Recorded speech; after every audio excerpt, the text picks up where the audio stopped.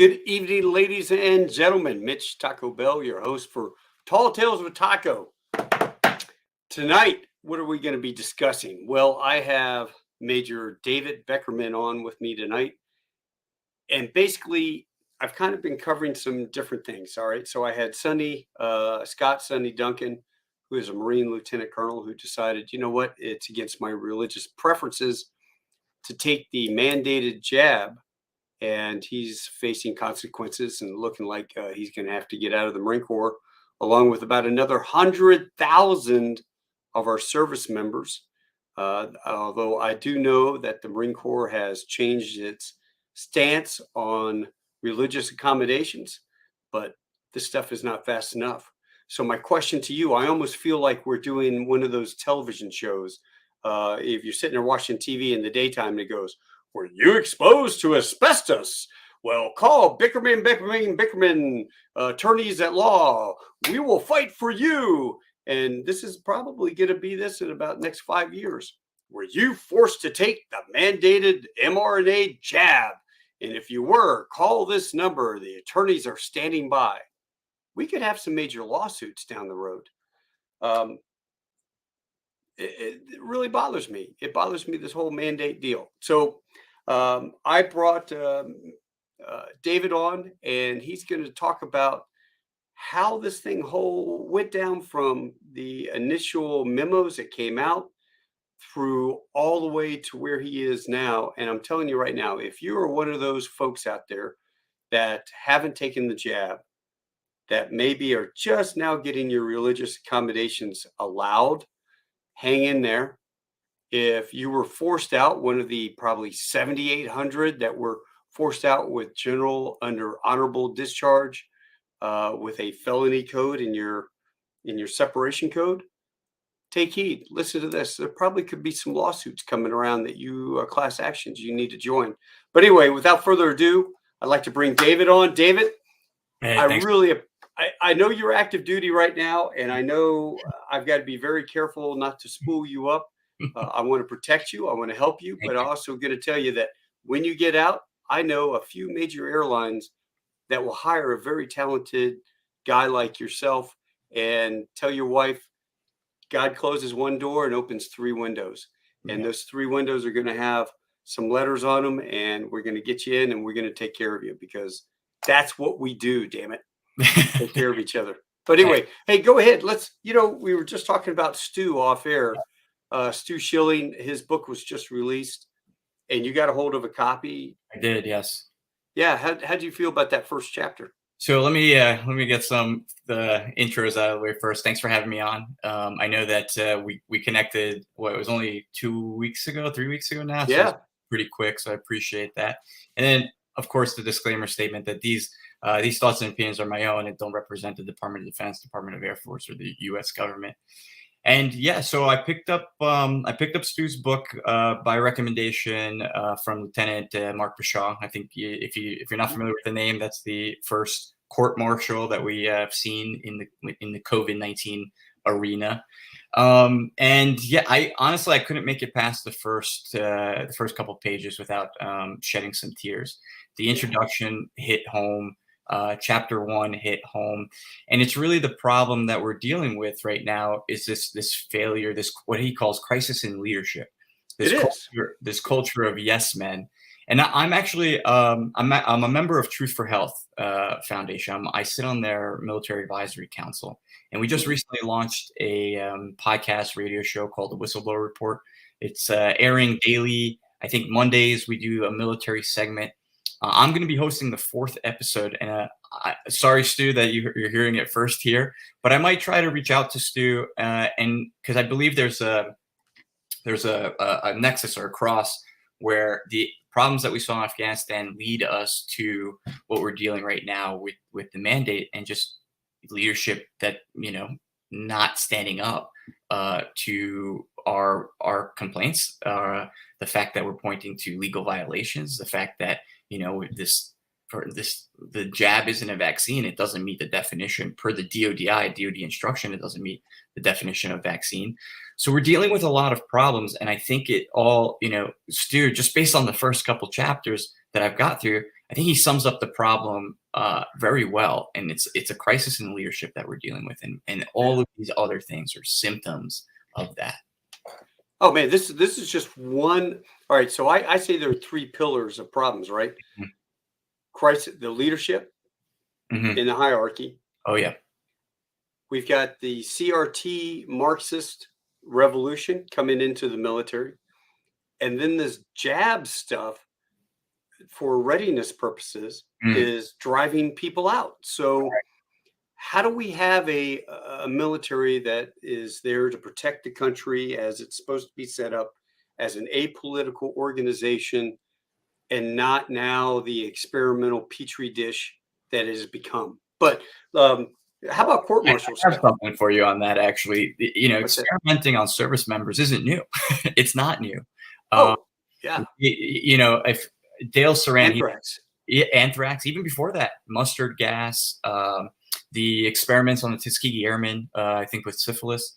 So it's not a new thing that the Department of Defense views, service members as guinea pigs when it comes to national security threats against biochemical warfare.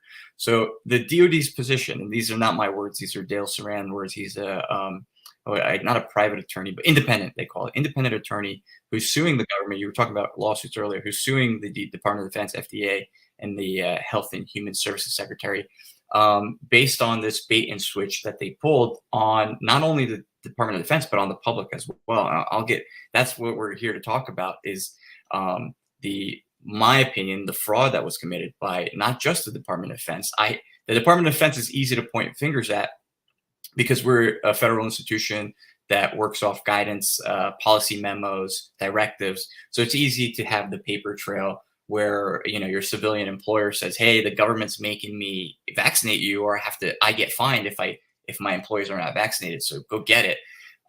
They don't have as many protections as the military does. So in the sense of the law and the process and things like that. Mhm. All right, so go back. We were going to cover court martial. Talk about the Yeah. definition in the Oh, section for court martial. right, right. So, a lot of folks, when we're having this conversation, are like, "Well, you signed up for the military. You've given up your rights. It's a lawful order and things of that nature." So, I was curious because I'm being told that I'm violating. I'm being what is it called? Article 92 is what they're telling me. I'm in the process of litigating. Hey, you're not following. You're disobeying lawful order. That's an Article 92 violation. Okay, Right. so I'm curious, what is an Article 92? And I look at it, I open up the court martial manual, I look at it, and it has a definition of lawful order in there, and it points you to Article 90. Article 90 on PDF page 331. It's when you're looking at the court martial manual, PDF page 331, IV 24, and it kind of it explains the text of the statute, it explains the element, and then it goes into lawfulness of the order, subparagraph 16 Charlie, and it explains what a lawful order is. So a couple of things off the bat, right? Inference of lawfulness. An order requiring the performance of a military duty or act may be inferred to be lawful, and it is disobeyed at the peril of the subordinate. So you can disobey lawful orders, but at your own peril, which is what we're doing here, right? We're filing Article 138 complaints. We're filing IG complaints. We're trying to get this in front of a judge. They won't do that. If you've been following the separation process, they're separating people under the administrative process versus the court martial legal process, simply because there's a lower threshold in board of inquiry, right? You're talking to your peers, and so it's can you convince your peers versus in a court martial where it's no kidding a trial jury, right, or whatever happens to be, and there's a threshold, a legal threshold that they have to hit, without a reasonable doubt. So we're just not going to court martial because they know they would lose, and they're losing in federal courts almost regularly now at this point. And how can we get it forced into a court martial situation? They won't let you. They won't let you. There was a master sergeant out of Florida that was set up to go to a court martial for this case. They got the word came out on Tucker Carlson, and then the command team down there in Florida had an emergency meeting with all the leaders and decided to not have a court martial. That's just where admin SEP and give him the other. that's where we're at. He was set up to go to court martial. They go on Tucker. He goes on Tucker Carlson to bring awareness to the issue. Leadership has an emergency meeting and decide, this is going to embarrass us, so let's not do this. Yeah. That's the nature of the beast we're dealing with. So I'll finish this real quick. Yeah.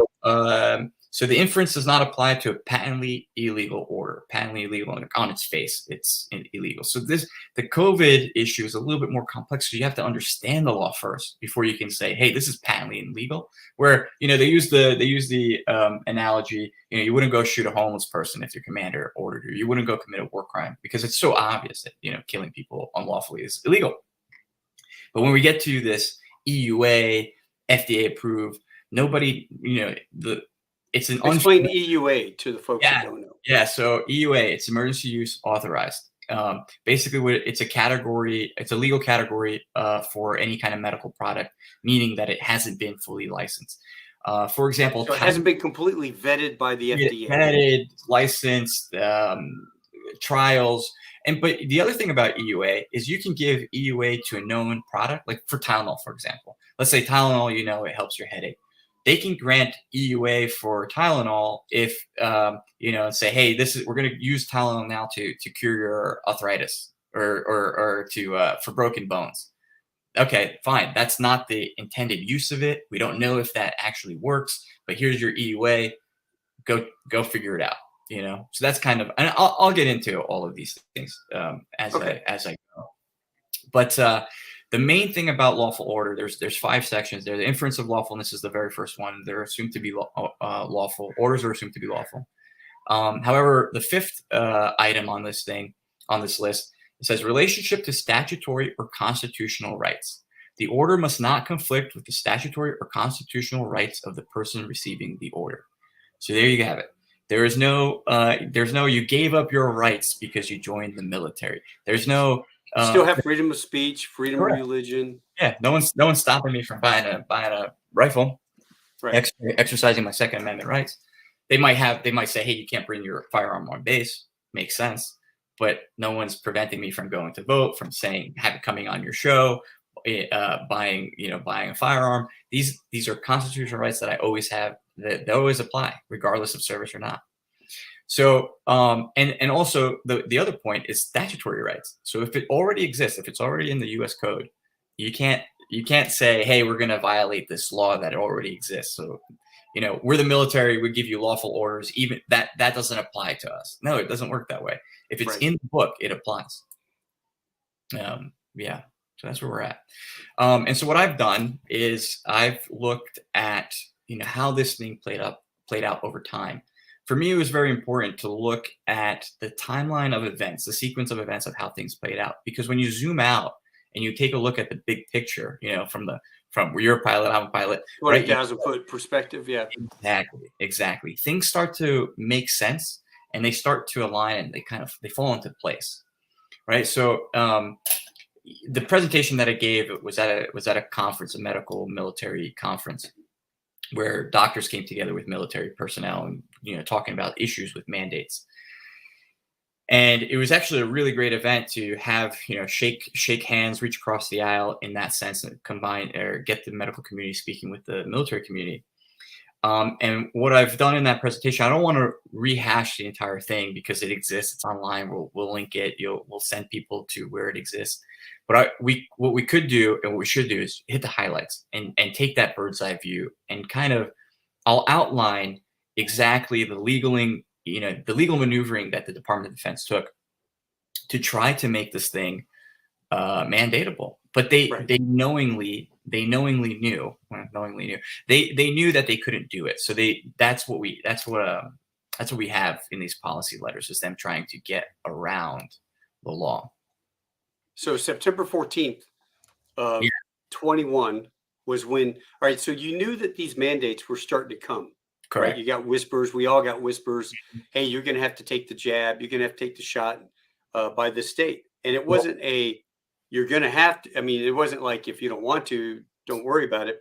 Like flu deal.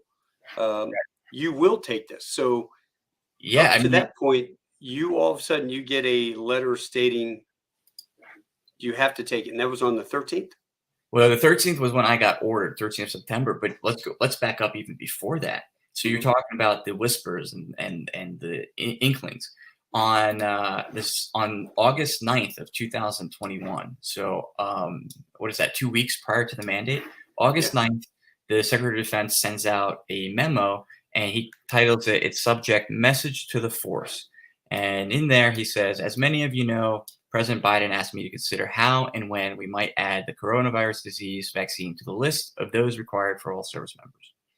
And in there, he uses language that's, I'm going to highlight the language that he's using because it's important in telling the story that they knowingly committed fraud or knowingly bait and switch the vaccines. And actually, I'll read this and then we'll talk about what I mean when I say fraud, the bait and switch. So he says, "I want you to know that I will seek the president's approval to make the vaccines mandatory no later than mid-September or immediately upon the U.S. Food and Drug Agency licensure, whichever comes first." So what he's acknowledging when he's saying, "I'm going to seek presidential approval," he's acknowledging the language in our regulations, the DODI 6200.02, so Department of Defense instruction. And in there, in that regulation, it talks about mandating or getting EUAs out to the troops and why you would get an emergency use authorized product, why you would need it. And the intent behind EUAs and the laws that govern them, the informed consent laws, is to, in an instance where we're under threat, national security is under threat due to a biochemical agent or warfare. The idea would be that there's just not enough time to go and tell every individual soldier that they have the informed consent, this right to accept or refuse. And I'll explain that more further as we go on as well. This right to accept or refuse an EUA product. So what Congress did was they approved a law in 2004, 2005, in that time frame. It's Title 10, Section 1107 Alpha because it actually updated. Originally, it was 11007, and they had to change it a little bit. And this law gives president this congressional authority to the president to waive the right to informed consent, not the right to refuse. So it's essentially saying, like, we don't have time to inform you. President's going to sign this waiver. You still have the right to refuse if you know about it. But we have to get this in your arm to get you downrange, or because for national security and readiness. Right. And did the president actually give the authorization for this? No, he didn't. He didn't sign a waiver for the EUA because what the media and Big Pharma, what they did was they convinced everybody that the EUA product was the one that got licensed. In reality, what they licensed, or not even what they licensed, they wrote a licensure agreement letter on 23 August 2021.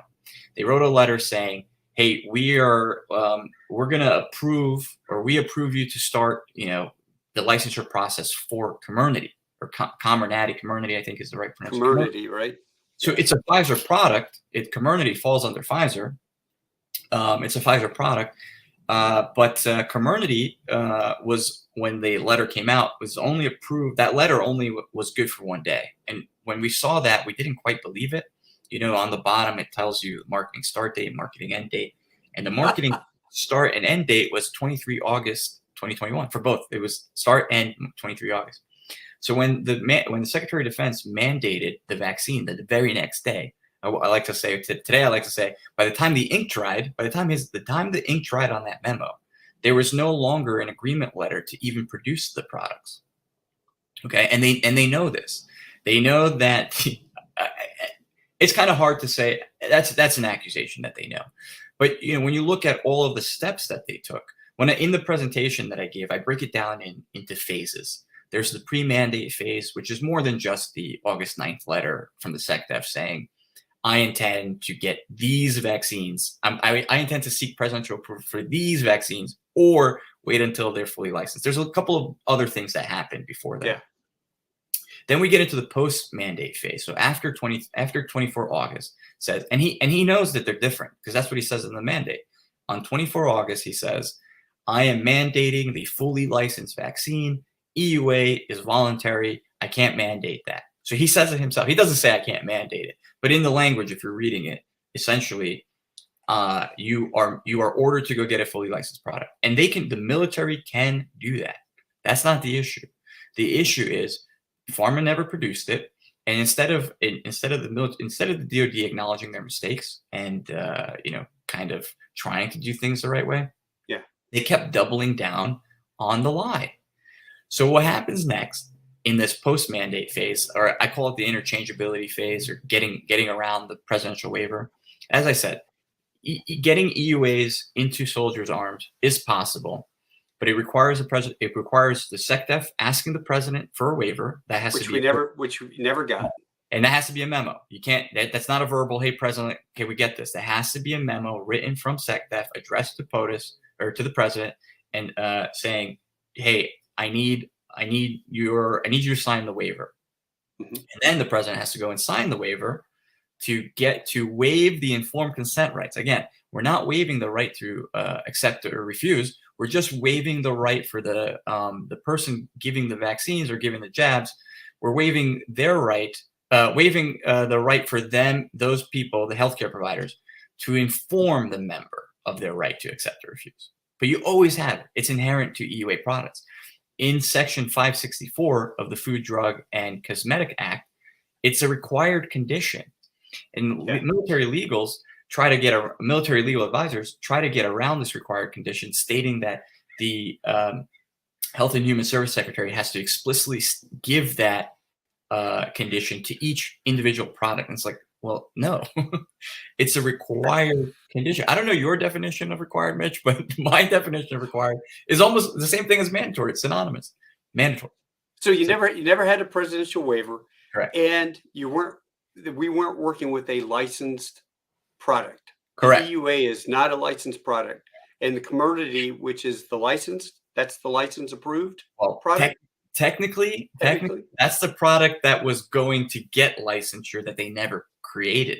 And they recently produced these Comirnaty labeled vials, which we'll get into. I want to stick to Yeah. I'm sorry. Let's stick. Keep on track. Keep on track. No, it's good. I enjoy the questions. I enjoy the conversation. It's a little difficult. This is the first time I'm doing the presentation, without the slides and without the memos. And it's a data-centric and data-heavy conversation to have. And you know what? Let's stop that for 1 second. If everybody goes to Gateway to Freedom, which is linked in the description of the show, at the 6 hour mark, this thing is all day, okay? Even at the 6 hour mark, well, first of all, if Robert Malone is one of the most interesting guys to me ever, he's in there about 3 hour mark.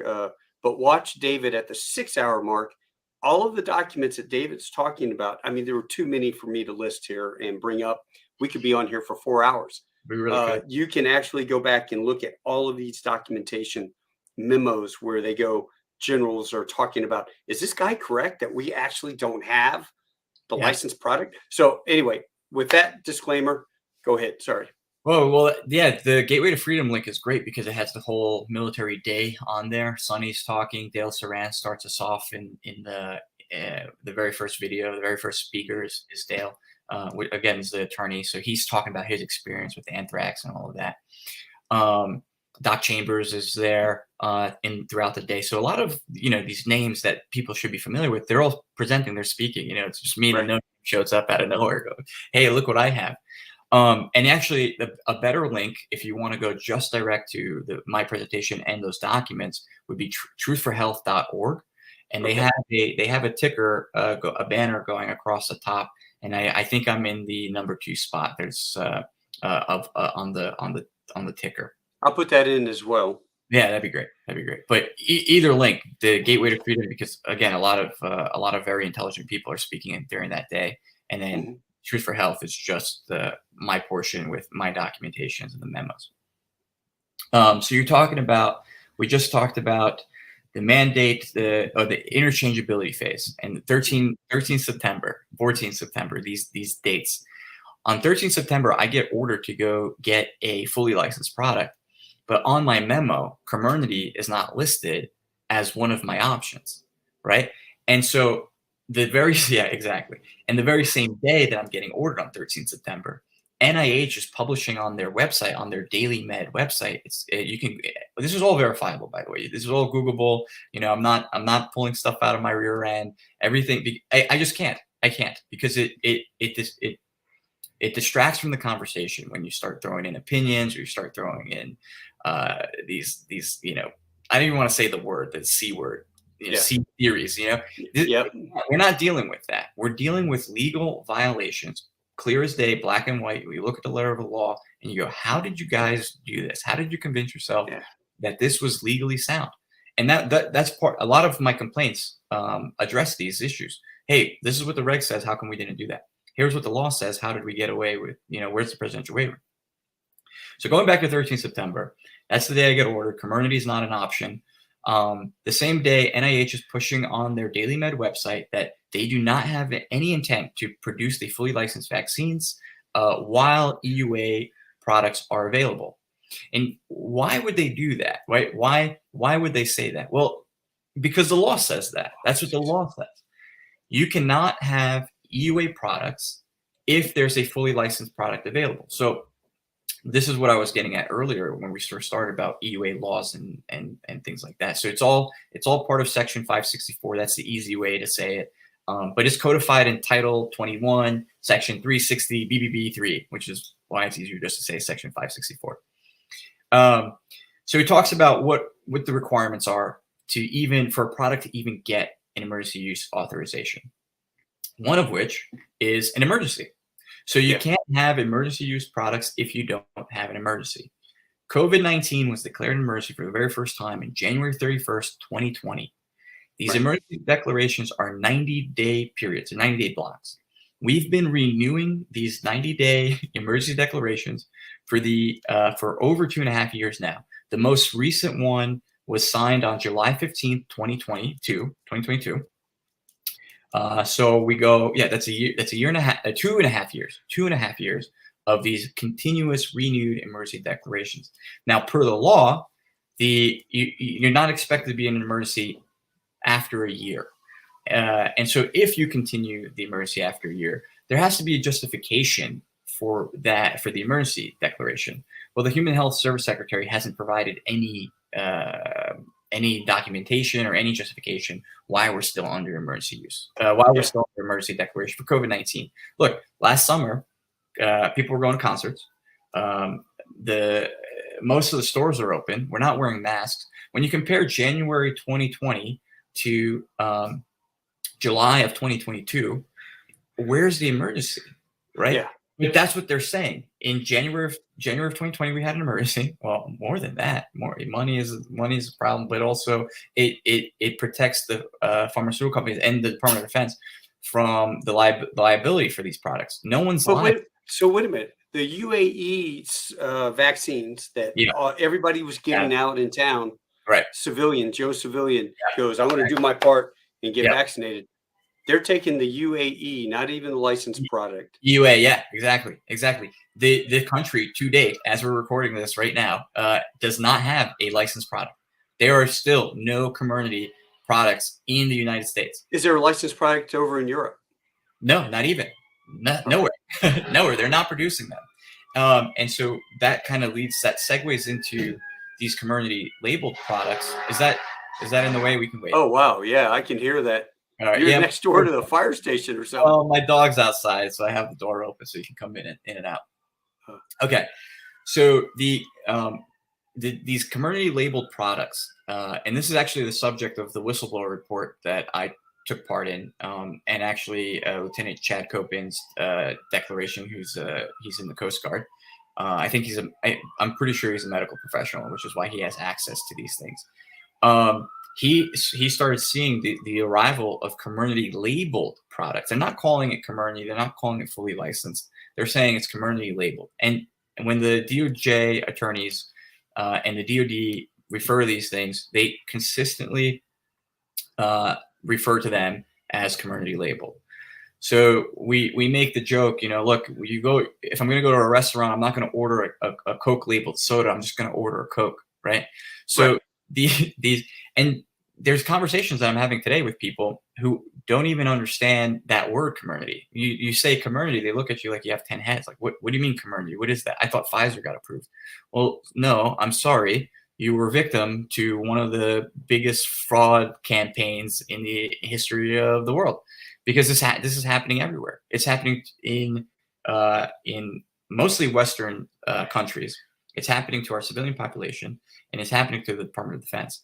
And the difference, like I was saying earlier, the difference with the Department of Defense is we're a federal institution that works, that is guided by policy and directive and orders. And so when these generals are publishing these orders, they're incriminating themselves at this point. And it's unfortunate to witness. You're watching, you're like, be better. Sometimes I would want to grab these guys and be like, hey man, what are you doing? This is not acceptable. Aren't the JAGs smart enough up there to advise these guys, hey, grow some stones, you can't do this? The JAGs, because it's the JAGs. Yeah. It's the legal teams telling the generals what to do, and their advisors, because they run everything through JAGs.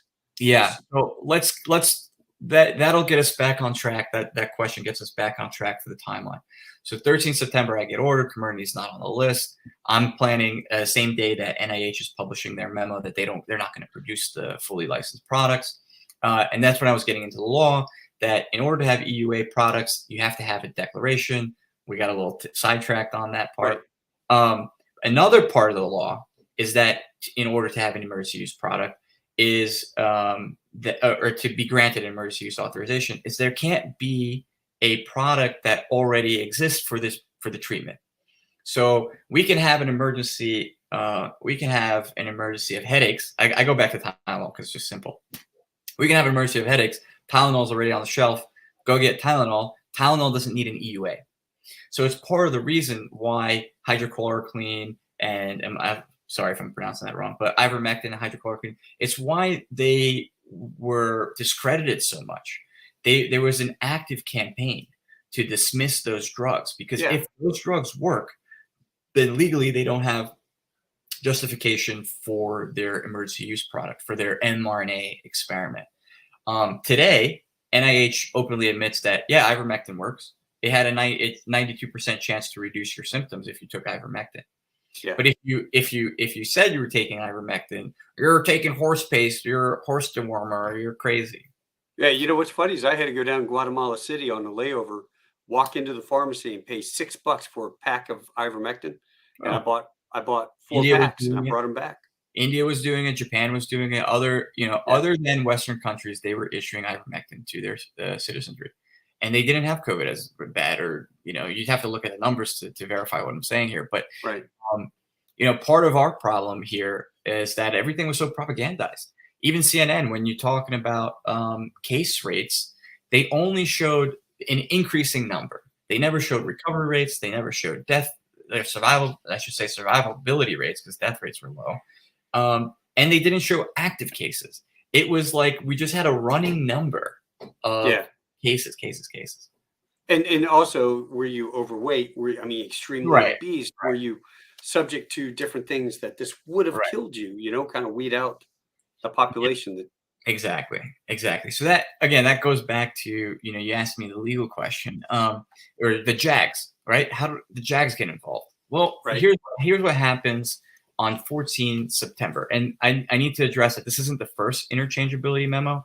It's just the one that gets attention because it's the one that applied to the Department of Defense in total. The Navy was the first group, the first service branch to publish these unlawful interchangeability memos. And I'll explain what I mean by unlawful. Interchangeability, when it comes to biological products, has a legal definition per Title 42, Section 262. I like to point people, I know you when you're talking numbers and you're talking law, it might be complex the first listen, but I like to point people to the source document because people need to see it for themselves. It's one thing to say, oh, I heard it on a podcast, David Beckerman was talking, it's unlawful. It's another thing to say, no, it's unlawful, here's why. So when you go look at Title 42, Section 262, there's a statutory definition for interchangeability. And when we use that word in a medical sense, both products have to be licensed. Okay, you can't say oh, they're the same formula, so we're going to use them interchangeably. So again, these are the legal maneuverings, and they're using words that confuse the public, like safe and effective. That's also a legal definition. That is a legal term, safe and effective. Interchangeability, another legal term that they're not, and they admit Peter Marks, the director of CBER, in his testimony admits to this. He says, "Oh, we're not using interchangeability by the statutory sense. We're just saying it's the same formula, so we can use them interchangeably." What? That's the circle talk of that, and the cognitive dissonance to allow yourself to allow yourself to convince yourself that makes sense. Right. So going back to that, to the legal definition of interchangeability, you have to have two licensed products. And when you apply for exclusivity, which Moderna and Pfizer have done with their licensed products, Comirnaty and Spikevax, you have to wait 12 years before you can apply for a exclusivity interchangeable product.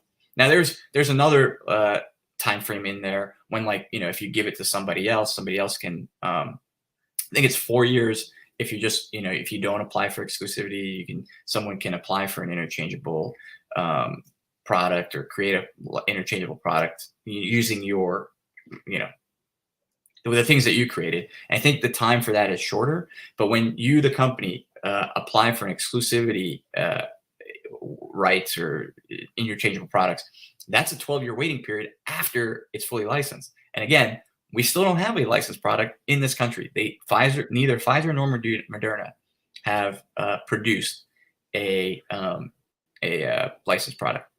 So we have the EUA, and you have Comirnaty. Right.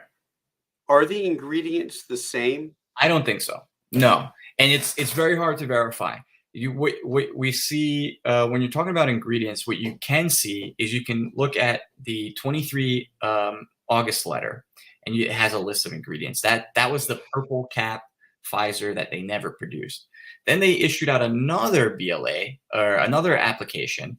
That's what BLA stands for, Biologics License Application. It's for Comirnaty, it's license number 12 or application number 125742, and it's license number 2229. So under the same license number and application number, they issued a new letter with a new label and new formulas. And I asked myself, how can they do that? That was 4 months later. So 23 August was the first letter, 16 December was the second letter. It's like, how can they do that? Well, when I was at the Gateway to Freedom conference, and I told you it was a meet and greet for military and medicals, I had the opportunity to talk to Dr. McCullough in the conference room, behind the scenes or whatever. And he was explaining to me, and actually first I need to address something. He says to me, even if they were licensed, even whatever, I, as the doctor, am telling you they're not safe, they're not effective. That should be enough. That should be enough. As the practicing doctor, it's my word. Why are we listening to people in the buildings writing the letters when I am the doctor in the front lines? So right there, like if I the doctor say it's not safe and effective, it's done. It's over. Right. Right. So we got into a little conversation about that, and we also got into a conversation about the letter. And he was the one that explained to me that those letters that we're referring to, these application letters, those are not licensures. That is just almost essentially an agreement. It's just an agreement, right? It's an initial step, essentially, because there's a whole process that follows afterwards, safety trials, and you can see this on the agreement letters that some of the safety trials aren't complete until 2024, 2025, and that's on the 23 August letter. At the bottom, it says, yeah, we, clinical trial based on these two clinical trials that are not complete yet. We need the data, we're going to do this thing until 2024, 2025. So military will be guinea pigs until 24, 25. Yeah. Yeah. We never finished the JAG conversation. Okay. So Terry Aderum writes the interchangeability memo unlawfully, right? This idea that they're interchangeable based on formula, that's not how it works. Both products have to be licensed, and you have to prove that it's safe. So, and in that letter, she's talking to healthcare providers. She's not talking to service members. She doesn't say, hey, service member, go get an EUA vaccine. What she says is, healthcare providers, you can and will use the EUA products if a member wants to get those to comply with the mandate. So the scenario is I show up for Comirnaty. The medical facility tells me, hey, we don't have Comirnaty. We have, Pfizer BioNTech vaccine, COVID-19 vaccine. That's a full title. Right. Do you want the EUA product? And that's the proper procedure. Do you want this EUA? It's EUA. And you should be able to say no. Yeah, that's it. No, and walk away. No consequences. Good to go. That's not what was happening. Military legal was able to use that memo and advise the commanders that it was kosher. And that's what actually happens to me 14th September. So going back, 13th September, I get the order. We know Comirnaty's not on there. I'm going to go in the next day and I'm telling him, hey, this is not kosher. It's not the fully licensed product. And what he does is he holds up Terry Adams 14th September, the very next day. They hold up the 14th September memo saying legal says it's good because it's interchangeable. As is or something. As is. Yes. You will use the EUA as is. It's fully licensed. Well, if you have to use that language that is as is, you're admitting that it's not the same. Right. It's not the same. And so that's what we see, trying to keep us on track with the timeline. Pre-mandate, they're talking about, hey, we're going to get these things on the schedule. Post-mandate, post-fully licensed mandate, they're saying, well, we don't have this product. Big Pharma's saying we don't have this product. So how are we going to get away with this? Well, they're the same formula, so we'll just say they're interchangeable. Well, again, you can't do that. That's where the bait and switch happens, and this is where they start committing fraud. The 24 August memo, the mandate, legally sound mandate. There's nothing in there that's incriminating. It says, I am ordering you, the forces, to go and get a fully licensed product. The EUAs are not mandatable, volunteer only. That's what the memo says. However, everybody else goes out, and the commanders, it's the unit commanders that are being, manipulated or lied to, or whatever language you want to use, and being told that because the formula is the same, it's interchangeable, and you can tell your troops to go get this product. Now, oh, by the way, it's mandated because it's as is. Right. But it's not. And the labeling matters. Labeling matters because, again, Title 42, Section 262 says labeling matters. It's right. Per the law. You can't do this as is stuff. Even if it was the same formula, you still couldn't do this idea of as is. It talks about, what's required on the label to, not be mislabeled. The proper name, the license number, manufacturing location, expiration date. There's 4 requirements. So Comirnaty needs to be on the label. License number 2229 needs to be on the label. What they continue to use with these Pfizer labeled vaccines with the language that says emergency use authorization or authorized, whatever. So, and then they're in the court stating that the DOD has thousands of EU or BLA compliant EUA labeled vaccines. The tongue twister. So what they're saying is they have these, it's in compliance with the agreement letter, the BLA agreement letter. However, it still has the EUA label on it. And you're like, well, how'd you do that? Okay, That's interesting. The very same day that they're saying that in the courts, you have, I mentioned Dr. Peter Marks, the CBER director. You have Dr. Peter Marks stating in court that, it has to match its labeling per the licensure. And he tries to reason why it doesn't have that, talking about test batches. And we send test batches out that might still have the EUA label. Okay, so are we using test batches or are we using fully licensed? Like even when he tries to logic his way out of it, it's still damning for the Department of Defense. It still doesn't pass the common sense check. You know what I mean? Okay, yeah. So then the Navy kind of kicks back on it, but then they reverse their, as I read, reverse their decision making and say, okay, as is works for us now. Thank you for clarifying that. And everyone gets a jab. Fast forward, all the Secretary of Defense, Lloyd Austin, and all the stuff going on. Where are we now in terms of people getting the jab? Yeah. Is it still the EUA? Correct. Yeah. So I'll talk about that too. That was hinting at it with the Comirnaty labeled products. So around the time that they brought these commercially labeled products arrive, they happened to DHA. There was the Defense Health Agency, I think it is. Right? DHA publishes new guidance, and look, DHA's guidance is what the DoD follows. It's not like, oh, they're separate. No, this is what we follow. DHA publishes guidance saying, referencing the vaccine implementation, talking about that you can't mandate an EUA product. This happened June 16th of 2022. That you can't mandate you can't mandate an EUA product, and service members have the right to attain a fully licensed community product, and they can't, if they refuse an EUA, they do so free of consequence. That was an updated policy only after they brought these community labeled products into the game, onto the chessboard. But community, it's fake. It's not even a real. So I can't say that with any certainty, but that's the claims that we're making, and that's the claims that the attorney is making for us, and that's the claims in the whistleblower report and in Lieutenant Chad Copen's declaration. And then so a lot of people get all worked up. Oh, when these products start showing up. Oh, they brought community labeled, our arguments are taken away from us. Well, not really, because per the DODI, I think it's 6205, 620502 or 620505. I'll clean that up for your viewers. But in there, it defines what vaccine is, and it doesn't meet our own regulations, our own definition of vaccine. The CDC had to change their definition. They did that on September 1st. So kind of like changing an inflation definition. Yeah, right. Exactly.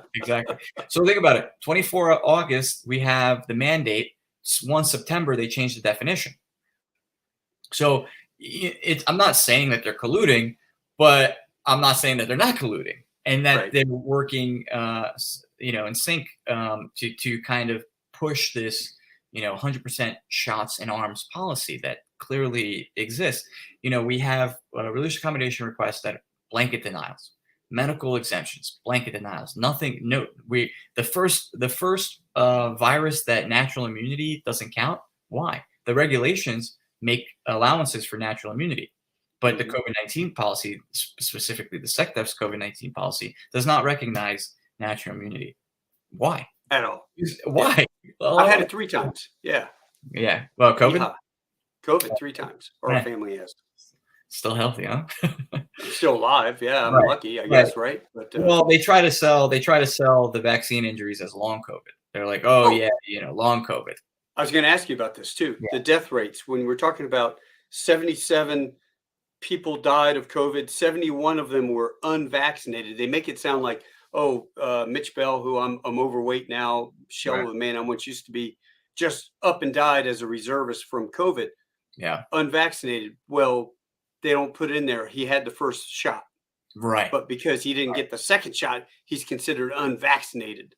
Yeah, I talk about that, and I hope I have a lot of information in my head, and I hope that it's flowing well when we watch this back later. But the fallback, if it doesn't flow well, the fallback is a presentation. The presentation is. I listened to it twice. Right in a row, because it was like, okay, the first time just kind of absorbing what you were talking about. And then the second time really absorbing what you were talking about, because that's 2 hours of my life that I give 10 hours to listen to.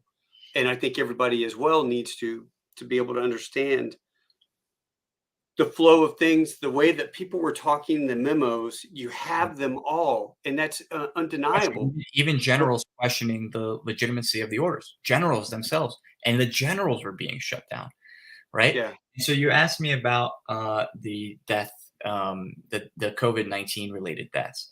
I talked to this in the presentation, and this is one of the phases, one of the chapters, if you will. Again, the presentation is hour long. I break it down in a few sections. One of the section I labeled it the death spike. And what we saw with that was an immediate increase in COVID-related deaths right after the mandate. And the deaths only eased up after the deadlines, the December, January deadlines for the to go get inoculated. And so, the DOD is watching these things happen.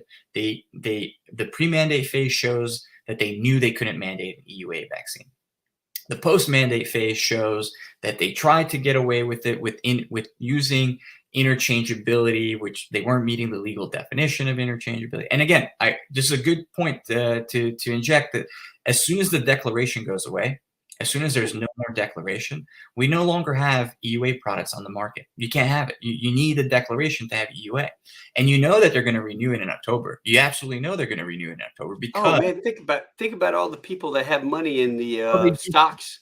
They just approved the new EUA boosters, bivalent. Pfizer and Moderna are pushing out new EUA boosters for Omicron.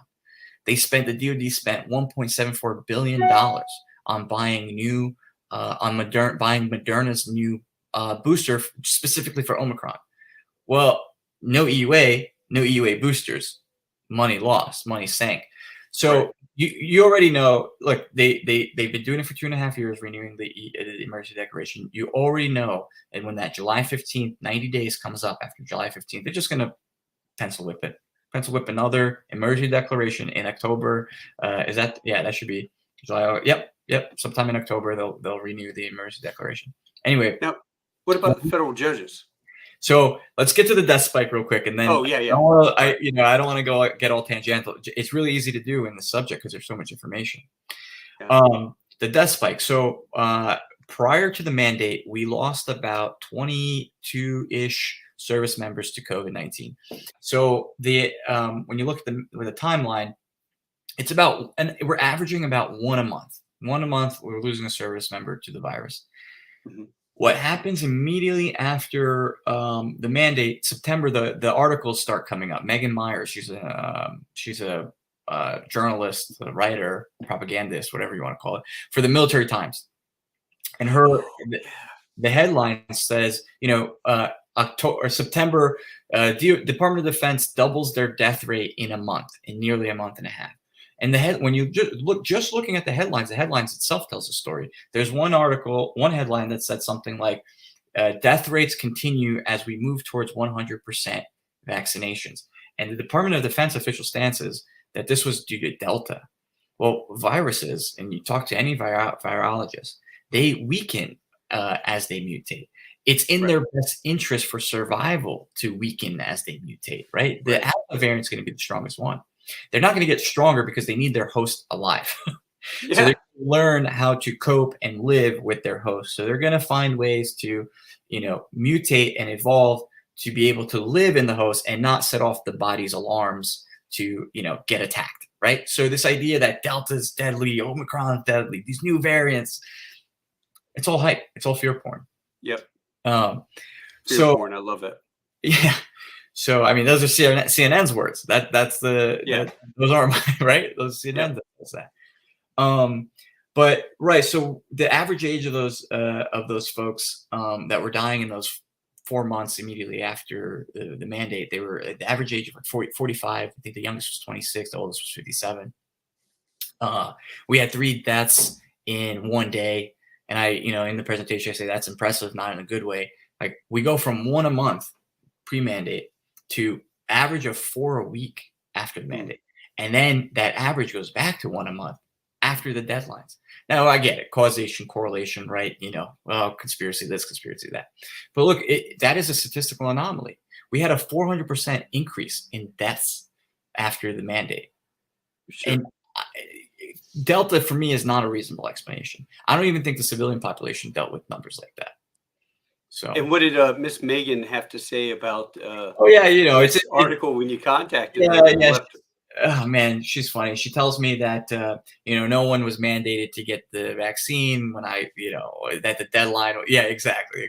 Yeah, and she said really. She toes the policy lines or party lines, I should say, and says to me. Something to the effect of Delta was the reason and all of the deaths confirmed unvaccinated. Well, they could say that. They can take that official stance because to be considered fully vaccinated, you have to wait 14 days after your inoculation. Yeah. And Senator Ron Johnson is he sends letters, these inquiries to FDA, CDC, and he captures the data. He says, look, the deaths are happening within the first 48 hours. So it's either killing you immediately or is doing some long-term damage to your body, which we see in the military databases. We saw it in DMED. We had except that they shut that data down. shut Right? that down. They cooked the books, I call it. They tried to. There was a spike in maladies, adverse reactions, whatever, in 2021, and what they did was they took that data and spread it throughout the 5-year period that it was being compared. 2021 was being compared to 2016 through 2020. So they took the data and just spread it out. That's what we're dealing with. And we started the show with talking about Stu Scheller. And I'm trying to find the answer to how we got here. Why is this happening? Yeah. Why did none of the internal processes work? Why did our complaints not work? Why did the investigator general inspections not work? Why did the Secretary of Defense ignore all of the inquiries that were sent to him? He ignored all but one. And the congressmen and senators were asking questions like, "What vaccine are you using? How many people have you separated? What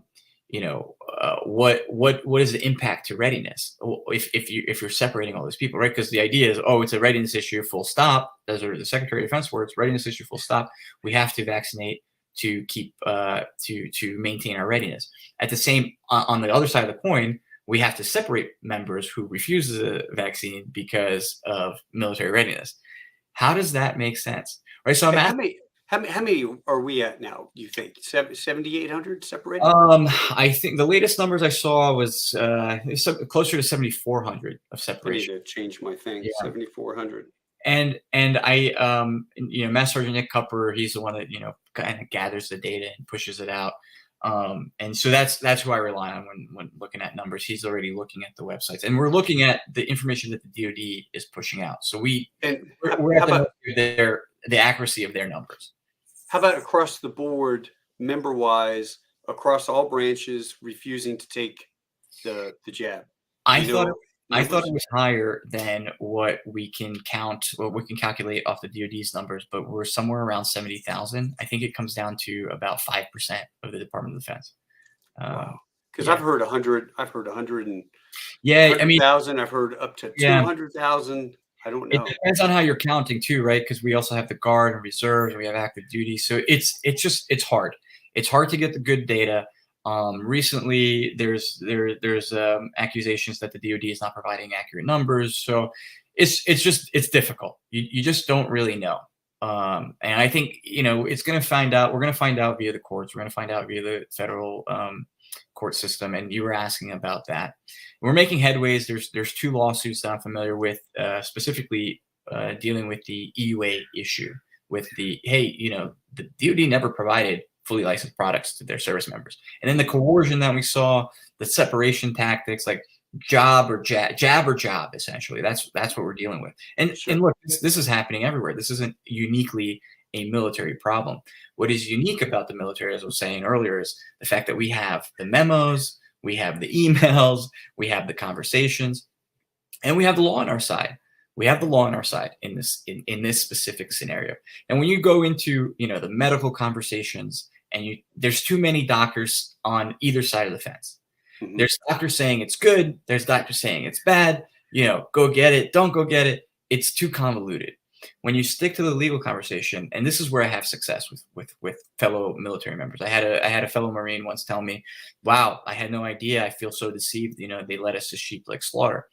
Look, you can believe whatever you want about the safety and effectiveness of these products, and we need to stop calling them vaccines because they're not. They don't meet the definition. CDC changed the definition. It's mRNA gene therapy. They're treatments. Can't mandate treatments. Whatever your belief system is about these products, at the end of the day, the law was violated. The law was twisted. They was broke. We basically have a mafia type leadership right now that is protecting their own, and going back to what Stu Scheller's Crisis in Command, I haven't, like I said, I only got through the first couple chapters, so I haven't really, but I know the problem. I saw the problem firsthand. I saw the problem firsthand when I was a lieutenant with the way we were doing our reporting, with the way we were doing our readiness reporting. We had the traffic light system: green, good; yellow, marginal; red, bad. Mm-hmm. Which commander wants to color their reports yellow or red. So even when they were truth data red or yellow, we were finding ways to make them green. And so it's not like the commanders all got together and were like, hey, we're going to lie to our leadership and we're going to color it green. It's just simple human nature. It's just simple human nature. We would have been better off on a percentage scale or a GPA type system where, it's a grade scale. But you get these guys and you put them on a grade level reporting system, green, yellow, red. I don't want to let my boss down. I'm green. I'm always green, boss. Everything's good to go. Yeah. How did you get green? Oh, well, this guy's on leave, but I'm going to count him because he'll be back by tomorrow. Today I can't count him, but tomorrow I will. So if I don't count him, it's not right. And it's like, no, that's not how that works. So we have this culture. We bred this culture of yes men, who they just don't have the grit. They don't have the courage, the grit to just say no when things are clearly not right. They simply want to appease their next superior officer. It's like, is there a kind of a class action lawsuit that people can join? We were talking about the EUAs. I don't think we can join lawsuits now. I know there's always one around the corner. There's new guys trying to get involved. I think the last I know of, we're at 34 lawsuits, but even that's not up to date. I think we're more than 34 now. But at the time of the presentation, we're at 34. And so there's two specific EUA lawsuits. It's Coker versus Austin and Wilson versus Austin. And those guys are leading the fight on this issue and getting some, really good data. I'm hesitant to say incriminating data, but again, simply how I was able to pull memos. I mean, this is all public record, right? I'm not digging. Yeah. No one's coming to me and like, here, leaking information. This is all public information. You didn't have to do it for you. Yeah. Right. Exactly. Just how I was able to put together that information. Now, that's just me sitting at a computer trying to make sense of everything, get that bird's eye view. Now, imagine you're an attorney and you have the court system and you can get information from the opposing side, right? That's the process, right? And you can get discovery exactly and get way more details than I ever could. And look what I've been able to pull together just from what's available. Now, I'm really looking forward to what the attorneys are going to be able to scrounge up. But again, we have the law on our side, right? We're trying to bring awareness to the issue.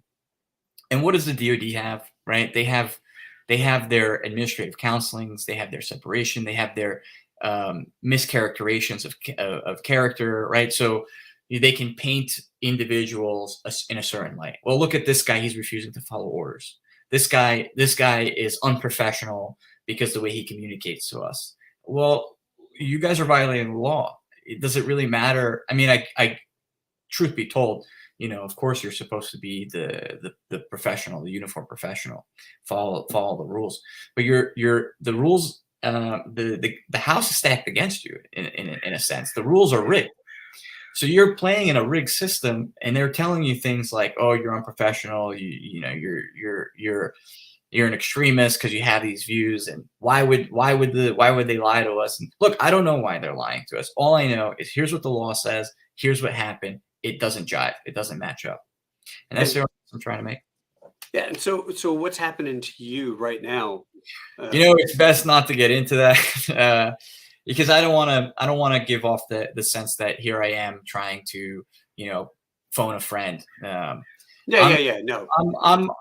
I'm under their radar. I'm under their thumb. I'm dealing with issues, and I'm going to work through it via the legal process and the proper way, responding to the accusations, working through my legal team. But it's not like it's an enjoyable ride, right? It's not easy swimming upstream. It's not easy going against the stream, but that's leadership, in my opinion. That's what they teach us, to speak up when things aren't right, to make that stand, to make that argument, to not be afraid to put your neck on the line. What is leadership when I just bury my head into the sand and go, okay, it's not happening to me. It's not my problem. And so, and that's kind of what we're seeing with the commanders is they're abdicating their authority to the JAG Corps. The Jaguar, they're saying, the commander's saying, well, legal cleared it, so it's fine because legal cleared it. Well, look, we're both aviation guys, right? When I show up to the jet and maintenance tells me the plane's ready for you, sir, and I see a fuel leak coming out of number 2, it's my responsibility to say, hey, something ain't right. If I take that jet, I don't get to, and something dangerous happens, I don't get to say, well, maintenance cleared it. So I took the jet flying because maintenance cleared it, even though I visually saw the leak happening. It's my responsibility to take a clean jet. Same way, it's a commander responsibility to make sure that their legal advisors here, not commanders, advisors, are giving them good data. And they're just, no one, look, like I said, we have a problem. We have a culture of yes men. We have a culture of careerists. The guys that just want to, they don't want to rock the boat. They just want to make it to retirement. And I think that's how we get here. The why we're dealing with this situation. Well, here's the sad part. The guys on the other side, right? The guys that are saying, hey, this isn't right, and they questioned it. And they served the country with 7 deployments to Iraq or Afghanistan and been away for, I don't know, numerous holidays and birthdays and anniversaries. They're not even afforded the opportunity to get out with dignity and retire at 21 years or 20 and a half years or 19 years. No, you are now going to get admin SEP, don't pass go, don't get $200, which to me is disgusting in terms of, we always brag about taking care of our own. When you talk about raising the hand, having the stones to raise your hand. One of the best leaders as a C-130 guy I had, he was an ATOPS instructor. He was a major. I was a young lieutenant. I think I had 200 hours, 210 hours total. I'm brand new in the Herc. And this guy, we're flying, he looks over at me and says, hey, Taco, do you think I'm a safe pilot? I'm like, what do you mean, sir? Do you think I'm a good pilot? I'm like, well, I've heard great things about you, and you are the NATOP safety officer, so I would say you're probably a very safe pilot. And he goes, I've got 2,500 hours in this airplane. I'm like, cool, sir.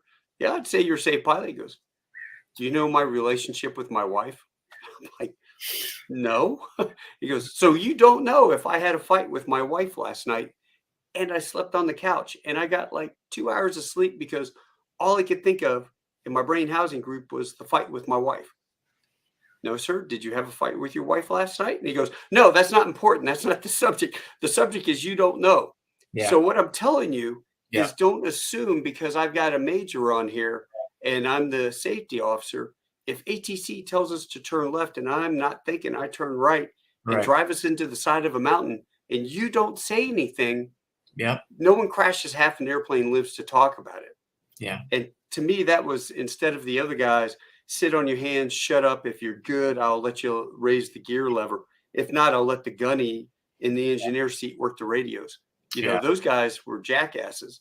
And this guy just made me, as a young guy, really go, man, I'll fly with you any day of the week because you actually value my opinion, or if I see something. It's funny. I mean, it's the aviation industry. I have shared experiences. I don't know if we have time to talk about them, but we got all the time in the world for you, brother.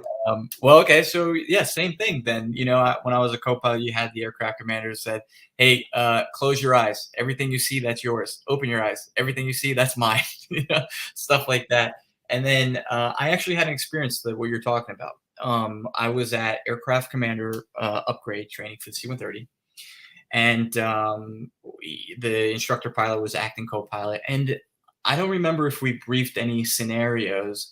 I think he said something where he might, play a little bit of the bad co-pilot and see how I dealt with that scenario. Sure. And this guy was out to lunch. He was not in a jet. And so I was dealing with this, like I was just giving him things to do. Like I was like, okay, hey man, why don't I was reading the charts, he was flying, and then all of a sudden I could tell you something was up. And I was like, hey, how about this? I'm going to fly, you read the chart, and kind of get him engaged, kind of try to get him going. And then it wasn't until after the flight, and, we debriefed it. Of course, that's what we do. We talk about what we're going to do. We're going to go do it. And then we talk about it after.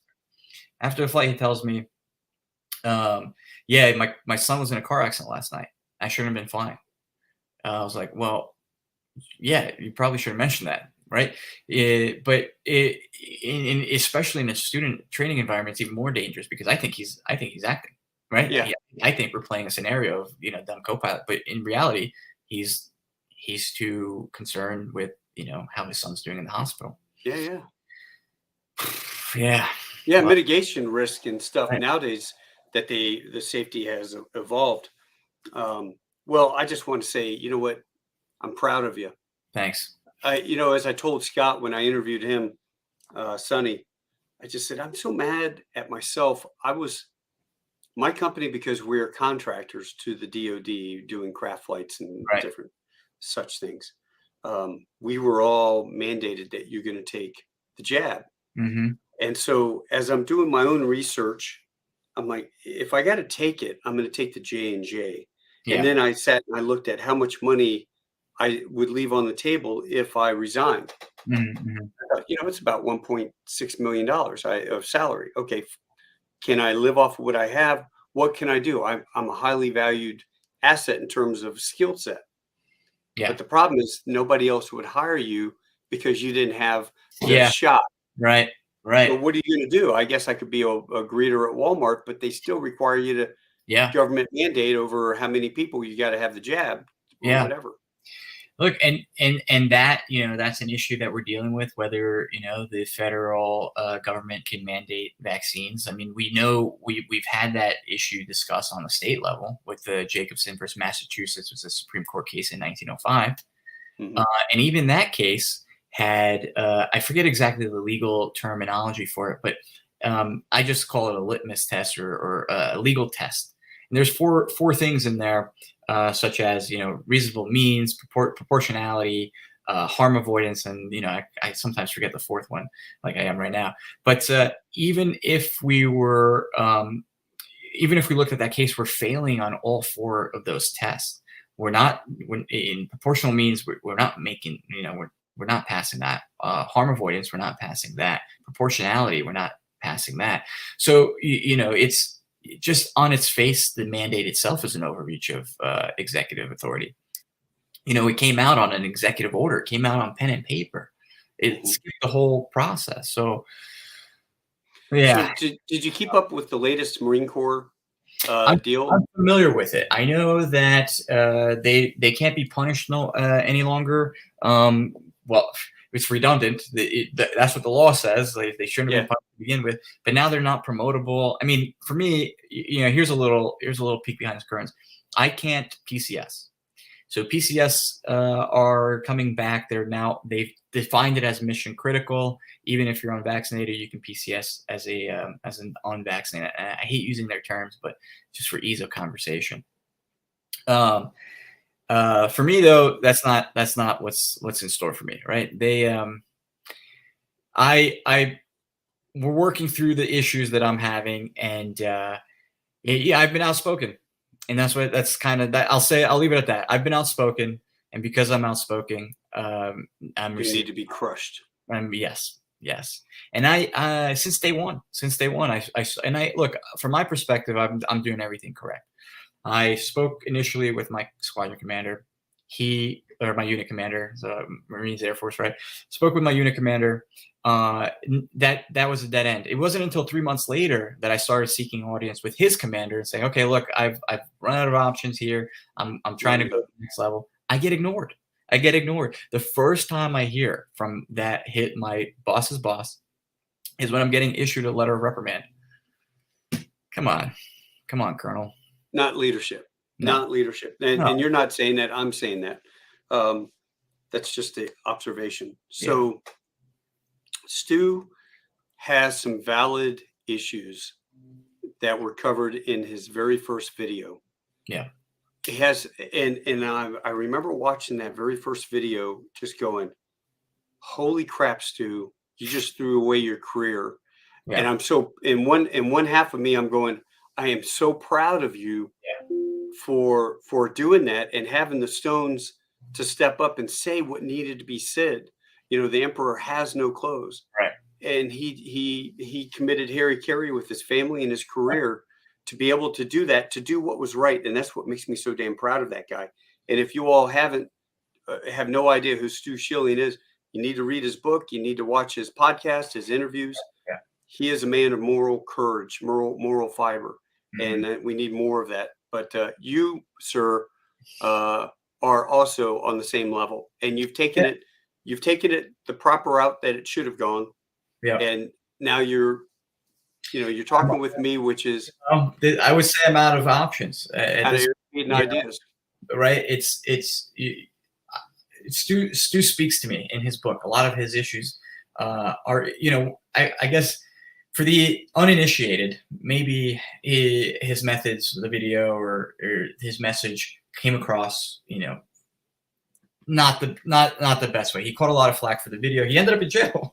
So, okay, look. But when you're reading the book, when you're reading the words on paper, the issues speak to those who see the problem. And we're not going to resolve our issues by just continuing by staying the course. Right. We have to challenge the system. Look, I can't say that we have to say no, but when the orders are unlawful, you have a duty to disobey. And their perspective is that the order is lawful. And like I read in the beginning, we challenge lawful orders or orders in general. We challenge orders to our peril. And that is the cost. And unfortunately, that is the cost. And for me, it's worth it. For me, it's worth it because, again, I want to retire. I want to serve. I get a great sense of, but not belonging, but just like honor and duty, right? Like my family, I'm a first immigrant family. I was the first of my family that was born here. And the stories that my grandfather told me from Russia and the life he was able to create here, I almost felt obligated to give back. And I want to continue doing that. And, but if we can't get their leadership and senior leadership, really the senior leadership, if we can't get back on track, if we can't walk away from this yes man culture, I don't know if it's worth it. Maybe it's worth correcting from the outside where I have a little bit more leeway. But as it stands right now, I mean, look, I'm silenced. I'm getting issued counselings. I don't know what the next step is. It's funny. I actually asked for an Article 15 for refusal because I wanted to take it to the court, and they won't do that. Man, I tell you what, since you're under house arrest, you ought to start getting on your computer, tell your wife, hey, I need about 3 hours a day. I'm under house arrest, yes. Yeah, you are. You're like in house arrest. So you need to start writing your book. Just like Matthew did, get another good Air Force officer who could be a Marine there. Matthew started writing his book while he was on active duty. Yeah. I interviewed him just recently, both through podcasts. And that's the caliber of people that we're losing. And so it's scary to watch. You see the cliff up ahead, and you see the train, heading towards the cliff, and you're trying to rank on that emergency stop lever, and it's breaking or it's stuck or you need the grease, and you're trying to do all these things, but you're just watching the train go towards that cliff at full speed ahead, and you're like, can we please stop? Can we not? How's it on your family and your immediate family? I mean, your immediate family and then your family at home. So I'm in a relationship, and she understands the problem. She sees it from. She has that bird's eye perspective. She's not, we don't talk about it from the medical perspective.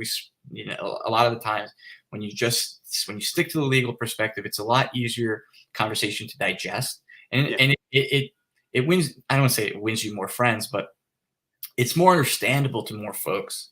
Because the whole thing, the hysteria with the issue, or this deadly vaccine, cool, got it, whatever, or virus, sorry, well, both actually, more vaccine than virus, we need to go get this jab. And it's like, okay, got it. Let's bring it back and talk about it from the legal perspective. And, again, that conversation is a lot more digestible. My dad initially wasn't supportive. Today, based on the medical conversation, having a legal conversation with him, he actually signed our petition. I should mention that too. So I am one of the 9 whistleblowers that signed penned a memo. It was dated 15 August. It got picked up by Senator Ron Johnson, and then we had a petition to support the claims that we're making in the whistleblower complaint. And you can get to the petition through truthforhealth.org. So that's where do we send folks? Truthforhealth.org has everything that the presentation, the slides, the executive summary of the petition. Dad's supportive these days. Mom has kind of come around as well. Immediate family, they're starting to understand the issue. I had a conversation with my aunt. She's like, well, how is a regular person supposed to know? It's like, hey, I've been trying to tell you guys since the beginning. You just weren't ready to hear it. And that's what it's going to be. People are going to, now that the restrictions are going away, life's kind of going back to normal, people have questions. What did we just do the last 2 years? Why did we wear masks for 2 years when they don't work? And why are we still why are we still under emergency declaration? Why did we attack each other? Why were friends and family not allowed to visit each other for the holidays? Why were you not allowed to go be at your relative's deathbed? Why did they die alone or with a medical professional, one person?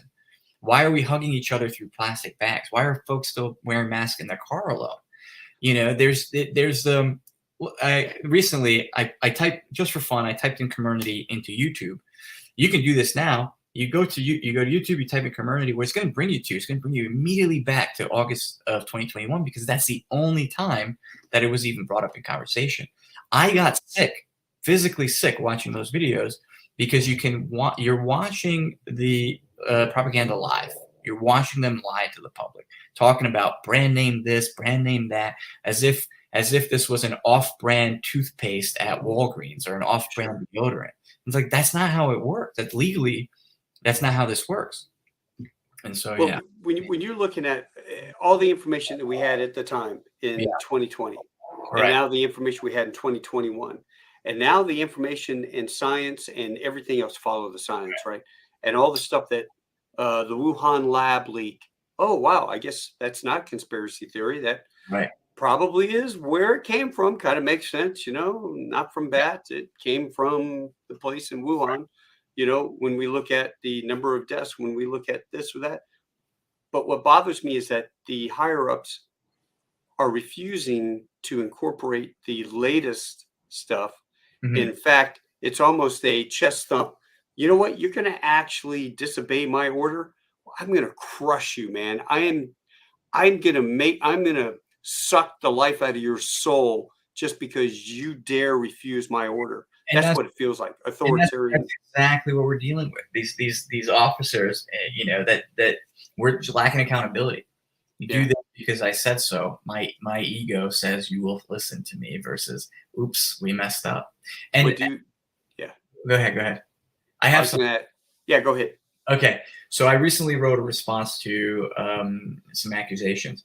And what's interesting that I found out is that we are supposed to be following per the executive orders 1339.1, or a better way to say it is 133.91. That's a better way to say it. Executive Order 133.91, paragraph 2A. It says, that the service, or the secretary heads, the executive service secretary heads, something to that effect, are supposed to be following this guidance. So when CDC updates their guidance, the EO 133.91 says that, hey, executive or heads of executive branches, go implement. Well, the Department of Defense is an executive branch, so the head of that branch is the Secretary of Defense.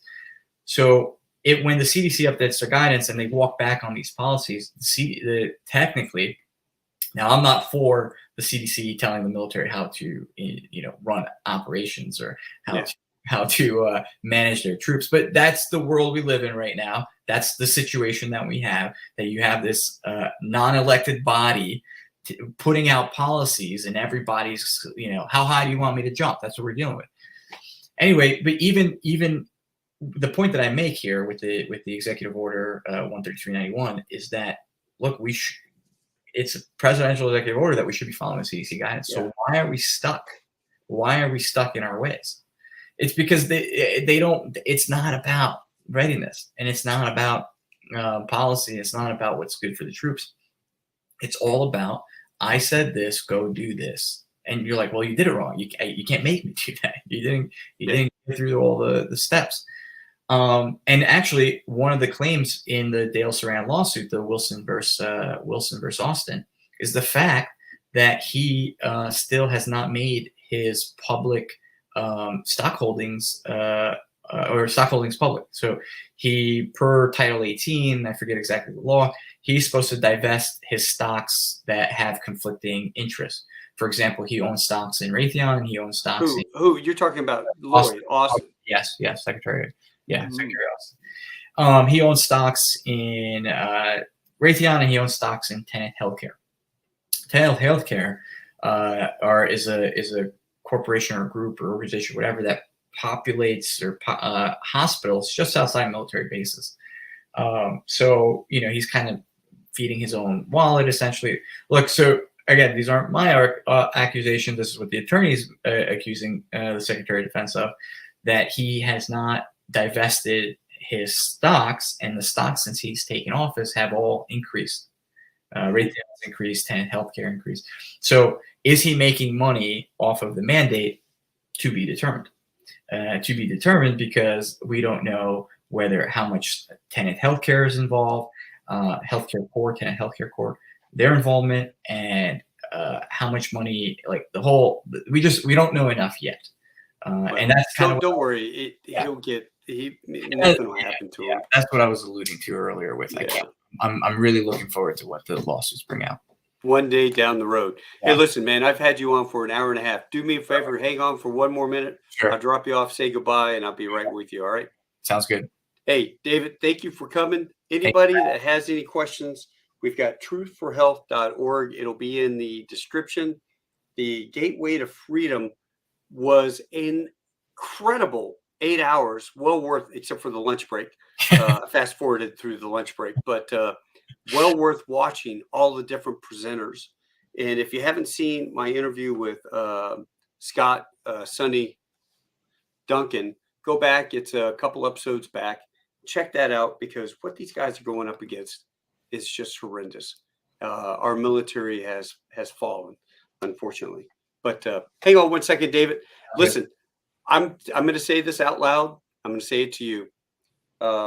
Your service to the country, thank you, sir. You're worth it, right? If somebody says, thanks for your service, I'm always like, taking off after Kyle Carpenter. You're worth it. You know what?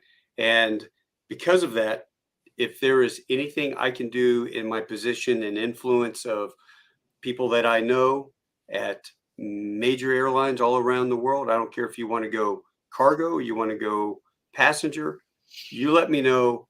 And for any of the other aviators out there, that is just one aspect I can help. If you're some other branch or MOS, we will definitely reach out. We will definitely try to find you a square peg with a round hole, or a round peg with a round hole, and get you put into the civilian populace and get you a good job and take care of you. Because as we always say, God closes one door and opens three windows.